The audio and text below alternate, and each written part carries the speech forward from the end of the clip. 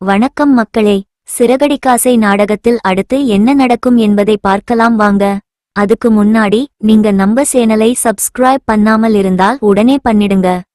முத்துவுக்கும் மீனாவுக்கும் மாலை போட்டு மரியாதை பண்ணலாம்னு சொல்லிட்டு போயிட்டு இருக்கிறப்பதான் தெரியுது. ஐயோ, இது முத்துக்கும் மீனாவுமா? பார்த்தாங்கன்னா அவ்வளவுதான் அப்படின்னு சொல்லிட்டு பிறவுன்மணி ஏங்க சமந்தி, ஒரு நிமிஷம் இருங்க, அடுப்புல ஒரு விஷயம் சொல்ல மறந்துட்டு வந்துட்டேன். கிச்சன் வரைக்கும் நான் போயிட்டு வந்துறேன் அப்படின்னு சொல்லிட்டு மாலையை கொடுத்துட்டு தடபடன்னு போயிடுறாங்க. அங்க போனது மட்டும் இல்லாம ரோகிணிக்கும் கால் பண்றாங்க. கால் பண்றப்போ ரோகிணி போன் எடுக்காம இருக்காங்க. மறுபடியும் கால் பண்றாங்க. கால் பண்றப்போ ரோகிணி போன் எடுக்குறாங்க.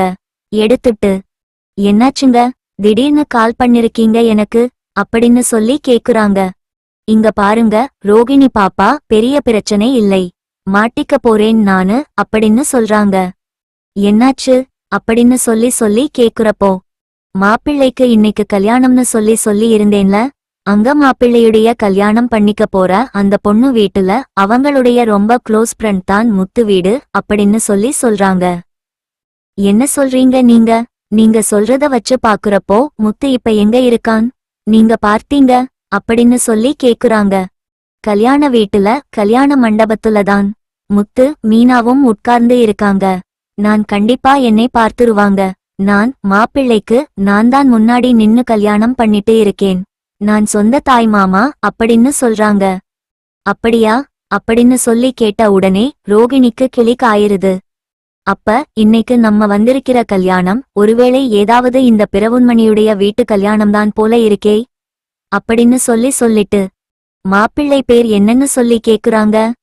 உன் மாப்பிள்ளை பொண்ணு பேரு பவானிதானே அப்படின்னு சொல்றாங்க. ரோகிணி, ஆமா ஆமா, உனக்கு எப்படி தெரியும் அப்படின்னு சொல்றாங்க. அது சரி, நான் இந்த பவானிக்கு தான் நான் இன்னைக்கு மேக்கப் பண்ண வந்திருந்தேன். எல்லாரும், நாங்க எங்க வீட்டோட ஃபேமிலி எல்லாருமே சேர்ந்து எங்க கல்யாணத்துக்காக வந்திருக்கோம்.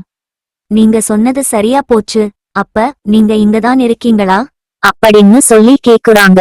ஆமா, இப்ப என்னமா பண்றது அப்படின்னு சொல்லி கேக்குறாங்க.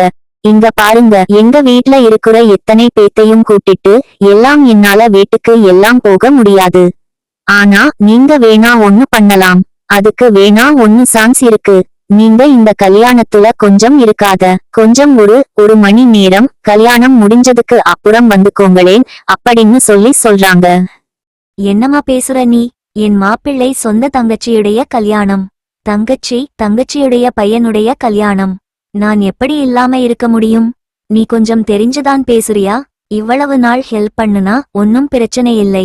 ஆனா என் ஃபேமிலி ஃபங்க்ஷன் கூட நான் இருக்க முடியாத அளவுக்கு நான் எதுக்கு உனக்காக ஹெல்ப் பண்ணணும்? ஏதோ பாவம் பார்த்து பண்ணதுக்கு கடைசில நீ இப்படி சொல்றியாம்மா? இப்ப நான் உனக்கு போன் பண்ணாம இருந்திருந்தா கூட பிரச்சனை இல்லை போல இருக்கு. என்னை கல்யாணத்துக்கு வர வேண்டாம்னு சொல்றேன் அப்படின்னு சொல்லிட்டு ரொம்ப கோவப்படுறாரு. இங்க பாருங்க, நீங்க எங்க இருக்கீங்கன்னு சொல்லுங்கன்னு சொல்லி கேக்குறாங்க. இந்த சமையல் கட்டு பக்கம்தான் இருக்கேன் நானு அப்படின்னு சொல்றாங்க. அங்கேயே இருங்க, நானே வரேங்க அங்கிள் அப்படின்னு சொல்லிட்டு அங்க போறாங்க. அங்க போன உடனே, இங்க என்னங்க, கொஞ்சம் இது மட்டும் கொஞ்சம் ஹெல்ப் பண்ணுங்களேன். இங்க பாருங்க ரோகிணி பாப்பா, என்னைக்கு அவங்க பார்த்துட்டாங்க, எதையாச்சும் ஏதோ ஒரு சந்தர்ப்பத்துல பார்த்துட்டாங்கன்னா கூட நான் கண்டிப்பா உண்மையை தான் சொல்லுவேன். ஒழிஞ்சு நான் வந்து எதுவும் நான் பொய்யெல்லாம் சொல்ல மாட்டேன். ஏன்னா இது மாப்பிள்ளையுடைய கல்யாண விஷயம். வேற ஏதாவது நாளைக்கு பிரச்சனை வந்துருச்சுன்னா அப்படின்னு சொல்றாங்க. நீங்க இப்படி சொல்றீங்க, ஒருவேளை நீங்க இப்படி போய் பேசுறதெல்லாம் பார்த்துட்டு அவரு வந்து மாப்பிள்ளையும் மாப்பிள்ளை வீட்டுக்காரங்க எல்லாம் வந்துட்டு என்ன இப்படி போய் பேசுறாங்கன்னு சொல்லிட்டு உங்க மேல நம்பிக்கை இல்லாம போய் கடைசில பொண்ணு கொடுக்காம போயிட்டா என்ன பண்ணுவீங்க அப்படின்னு சொல்றாங்க. என்ன இப்படி போட்டு குழப்புறீங்க நீங்க என்னைய அப்படின்னு சொல்றாங்க. உங்களுக்கு ஒரு நல்லதுதான் நான் சொல்றேன். நீங்க இந்த மண்டபத்துல இருந்து கொஞ்சம் வெளில போயிருங்களேன். நீங்க இன்ன வரைக்கும் இவ்வளவு நேரம் வேலையெல்லாம் செஞ்சுட்டீங்கள, யாருக்கும் உங்க மேல சந்தேகம் வராது. கன்ஃபார்மா? ஏதாவது ஒரு வேலையோ சொல்லிட்டு வெளில கிளம்பிருங்க. இவங்க கண்ணுல படாம தப்பிச்சுக்கலாம். எந்த ஒரு பிரச்சனையும் இல்லாம இருக்கும் அப்படின்னு சொல்றாங்க. ஓகேமா, நீ சொல்றதும் கரெக்ட் தான். இப்போதைக்கு பிரச்சனை இல்லாம இருக்கும். கடைசில ஃபியூச்சர்ல ஏதாவது பிரச்சனை வராமையே போயிர போது என்னை அவங்க பார்க்காம தான் போயிர போறாங்களே. ஏதோ ஒரு சந்தர்ப்பத்துல கண்டிப்பா மாட்டுவாங்க. இங்க பாரு, நீ என்னைய வந்து ஒதுக்கி வைக்கிறதை விட உங்க குடும்பத்துக்கிட்ட நீ என்ன விஷயத்துக்காக இப்படி பண்றேன்னு எனக்கு தெரியாது. உண்மையை சொல்லிட்டு போ அப்படின்னு சொல்றாங்க. இங்க பாருங்க, எந்த உண்மையை எப்ப எனக்கு சொல்லணும்னு எனக்கு தெரியும். நீங்க எனக்கு ஒன்னும் கிளாஸ் எடுக்க வேண்டாம். நீங்க சொல்றதை மட்டும் செய்யுங்க அப்படின்னு சொல்றாங்க. என்னமா பேச்சு, ஒரு மாதிரி இருக்கு அப்படின்னு சொல்றாங்க. இல்லைங்க, பதட்டத்துல ஏதோ நான் வந்து உங்ககிட்ட பேசிருப்பேன். ஏதாவது தப்பா பேசி இருந்த மாதிரி இருந்தா உங்களுக்கு மன்னிச்சிருங்க. தயவு செய்து கல்யாணத்துக்கு இங்க இருக்காதீங்க, கிளம்புங்க அப்படின்னு சொல்றாங்க. அப்ப கரெக்டா முத்து எல்லாத்தையும் பாத்துறாரு. பரவலோமா, செமையா பண்றீங்க, போங்க.